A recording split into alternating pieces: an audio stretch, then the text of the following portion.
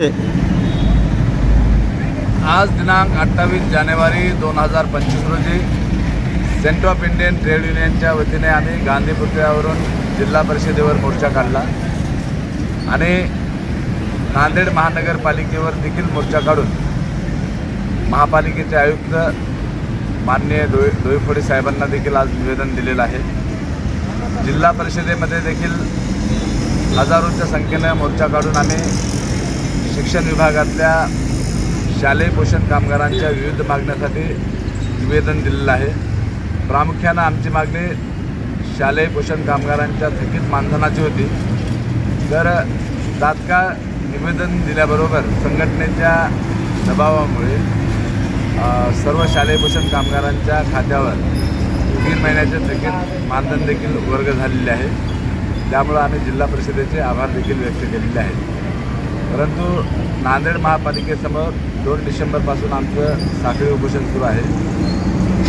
2023 आणि 24मध्ये जी नांदेड शहरामध्ये अतिवृष्टी झाली होती, त्या अतिवृष्टीमध्ये अनेक बोगस लोकांचीच पात्र म्हणून यादीमध्ये नावं टाकलेली आहेत। बोगस पूरग्रस्तांना करोडो रुपयाचा निधी महापालिकेच्या हलगर्जीपणामुळे वर्ग झालेला आहे। त्याच्या संदर्भाने जी अनियमितता झालेली आहे त्या अनुषंगाने चौकशी करावी व दोषी बिल कलेक्टर आणि तलाठी यांच्यावर कायदेशीर कारवाई करावी ही देखील मागणी आहे। आजच्या मोर्चामध्ये माहूर, किनवट, हिमायतनगर, भोकर, कंधार, लोहा, मुखेड, धर्माबाद, उमरी, अर्धापूर या तालुक्यातले अनेक मोर्चेकरी कामगार सामील झाले होते।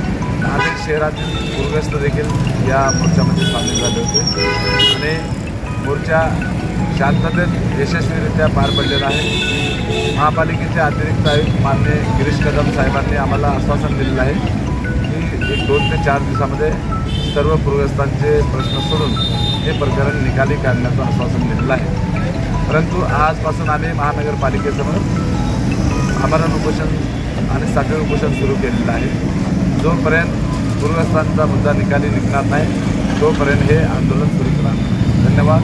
इन्कलाब जिंदाबाद। जय भीम, लाल सलाम।